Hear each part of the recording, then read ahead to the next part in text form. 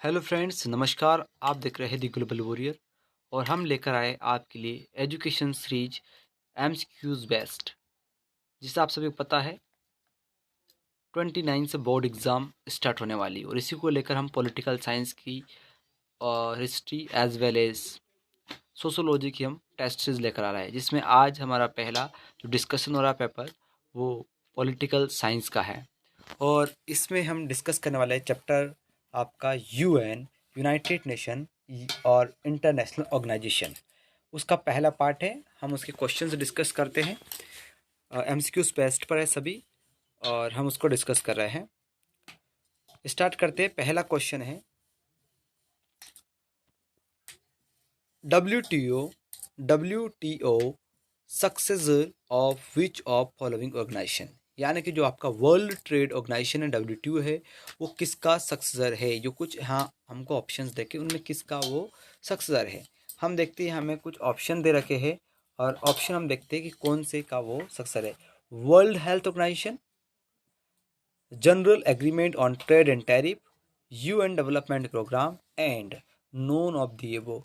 जो इसका right answer है वो है general agreement on trade and tariff, इसका है। इसी का वो सक्सेसर है और बाद में वो WTO के रूप में अभी प्रेजेंट में जाना जाता है। तो WTO किसका सक्सेसर है? Trade general agreement on trade and tariff, जिसको हम किस नाम से जानते हैं? इसी को हम गेट के नाम से भी जानते हैं। GATT गेट, मतलब general agreement on trade and tariff. तो इसका सक्सेसर है ये WTO का। क्लियर। हम बढ़ते हैं नेक्स्ट क्वेश्चन की ओर और नेक्स्ट क्वेश्चन है आपका what is the main objective of international code of justice. जो आपका ICJ है, इंटरनेशनल कोड ऑफ जस्टिस है, उसका मेन ऑब्जेक्टिव क्या है? तो आपका कुछ ऑब्जेक्टिव्स दे रखे, उनमें से हम देखते हैं कि क्या उसके ऑब्जेक्टिव है। पहला आपको दे रखा है to oversees the global financial system. B is to promote safety and peaceful technical technology. C है reservation of international peace and security। और D है look into the economic and social welfare of the member countries। तो right answer इसका है option number C, reservation of international peace and security. बढ़ते हैं हम next question की ओर और नेक्स्ट क्वेश्चन है in which year the world bank was created. World bank कब बना था, ये हमें बताना है। वर्ल्ड बैंक कब बना, यहाँ ऑप्शंस दे रखे आपको। Option is year A is 1941 को। वर्ल्ड बैंक को हिंदी में विश्व बैंक भी कहते हैं। कि विश्व बैंक कब बना था, इसकी स्थापना कब हुई, तो आपको पता होना चाहिए विश्व बैंक की स्थापना कब हुई। यहाँ ऑप्शन दे रखे हैं 1941, 1942, 1943 और 1944। Right answer is 1943। तो आपका जो विश्व बैंक यानी वर्ल्ड बैंक है WB या विश्व बैंक है, वो कब बना?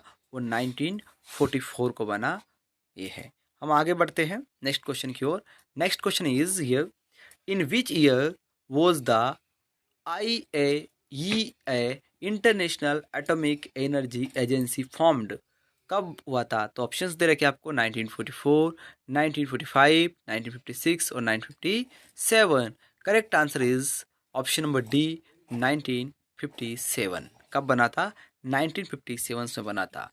और दूसरी बात आप याद रखना, जो आपका IAEA है इंटरनेशनल एटॉमिक एनर्जी एजेंसी, ये 1947 में बना। ये बात सही है, लेकिन आपको ये भी याद रखना है कि इसका काम क्या थी। इंटरनेशनल लेवल पर एटॉमिक एनर्जी के प्रोटेक्शन के लिए, एटॉमिक के मिसयूज़ के लिए, मिलिट्री पर्पस से यूज़ के लिए जो काम करते हैं उनकी निगरानी करता है। पीसफुल एनर्जी यूज़ के लिए तो इसको प्रमोट करता है, लेकिन मिलिट्री पर्पस से इसको रोकता है। और कभी क्वेश्चन आपको ये भी आ सकता है कि IAEA क्यों फॉर्म किया गया था, क्यों बनाया गया था, या फिर इसका फुल फॉर्म क्या है। स्टैंड्स फॉर IAEA, तो आपको याद होना चाहिए international atomic energy agency form, है ना। और 1957 में बना था। हम नेक्स्ट क्वेश्चन की ओर बढ़ते हैं। तो नेक्स्ट क्वेश्चन है आपका, एज ऑफ 1 सितंबर 2012 how many member does the world trade organization, जो WTO है उसमें 1 सितंबर 2012 के अकॉर्डिंग कितने मेंबर्स थे? तो राइट आंसर इज 157। कितने थे? 157। हम नेक्स्ट क्वेश्चन की ओर बढ़ते हैं। विच ऑर्गेनाइजेशन हैज़ दी फॉलोइंग लोगो, जो आपको फॉलोइंग लोगो दिख रहा है ये किस ऑर्गेनाइजेशन का है? तो आपको ऑप्शन दे रखा है कि किसका है। तो इसका राइट आंसर है वर्ल्ड बैंक। किसका है ये? वर्ल्ड बैंक का लोगो है, उसका ये लोगो है वर्ल्ड बैंक का। हम आंसर लगा देते हैं वर्ल्ड बैंक। हम आगे बढ़ते हैं। Which is the largest human rights organization in US, united state का सबसे बड़ा ह्यूमन राइट के लिए काम करने वाला ह्यूमन राइट ऑर्गेनाइजेशन कौन सा है? यहाँ ऑप्शन दे रखा है। A Amnesty International, B Human Rights Watch, next और उस फिर दे रखा है IMF International monetary Fund and WTO World trade Organization. कौन सा है? तो right answer is B Human Right Watch. ये वहाँ का सबसे बड़ा नॉन गवर्नमेंट ऑर्गेनाइजेशन यानी कि NGO है और जो ह्यूमन राइट्स को लेकर काम करता है। एमनेस्टी इंटरनेशनल भी ह्यूमन राइट्स को लेकर काम करता है। इंटरनेशनल मॉनेटरी फंड तो मॉनेटरी यानी आपको समझ में आ रहा है कि कई पैसों से रिलेटेड काम करता है। और WTO हमने अभी देखा ही था कि गेट का सक्सेसर है, GATT गेट का सक्सेसर है और इसका काम वर्ल्ड ट्रेड से रिलेटेड काम है। नेक्स्ट क्वेश्चन की ओर देखते हैं हम। नेक्स्ट क्वेश्चन आपका, how many members are there in international monetary fund, international monetary fund में कितने मेंबर है? तो राइट आंसर इज 180। कितने हैं? 180 मेंबर्स है।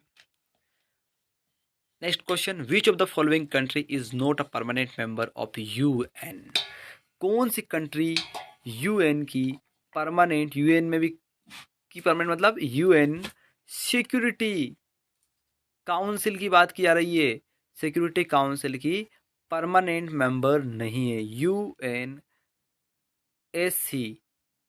की परमानेंट मेंबर नहीं है। ऑप्शन दे रखा है आपको United kingdom, France, India and China. तो राइट आंसर इज आपका, राइट आंसर है जो आपका इंडिया। इंडिया जो है वो क्या है? इसका परमानेंट मेंबर नहीं है। India is not permanent member of UNSC। UNSC का इंडिया परमानेंट मेंबर नहीं है। इसके 5 परमानेंट मेंबर से कौन कौन से? एक आपका चाइना, आपका UK यूनाइटेड किंगडम, आपका फ्रांस, आपका US और आपका रशिया। ये 5 जो है 5 है ये परमानेंट मेंबर है। इंडिया इज प्रेजेंट में टेम्पररी मेंबर है, प्रेजेंट में है ना। तो इंडिया परमानेंट मेंबर नहीं है। तो ये आपका राइट आंसर इंडिया हो गया। हम बढ़ते हैं नेक्स्ट क्वेश्चन की ओर और लास्ट क्वेश्चन की ओर टॉपिक आज के डिस्कशन का। Which of this is a function of United nation security council. अभी हमने बताया था UNSC United nation security council, अभी परमानेंट मेंबर के बारे में हमने डिस्कस किया था। इसका क्या फंक्शन है ये पूछा गया है, क्या काम करता भैया ये? तो यहाँ ऑप्शंस दे रखे हैं आपको। A to maintain peace and security in the world, yes ये भी काम करता है, ये पीस एंड सिक्योरिटी को मेंटेन करने का काम भी करता है। To recommend method to adjust dispute among the nations, जो भी इसके मेंबर कंट्री से अगर उनके बीच में कोई यूनाइटेड नेशन के उनके बीच में किसी प्रकार का डिस्प्यूट हो जाता है, विवाद हो जाता है, तो उनको एडजस्ट, उनको सुलझाने की बात भी ये करता है। तो ये भी आपका सही है और बी भी सही है।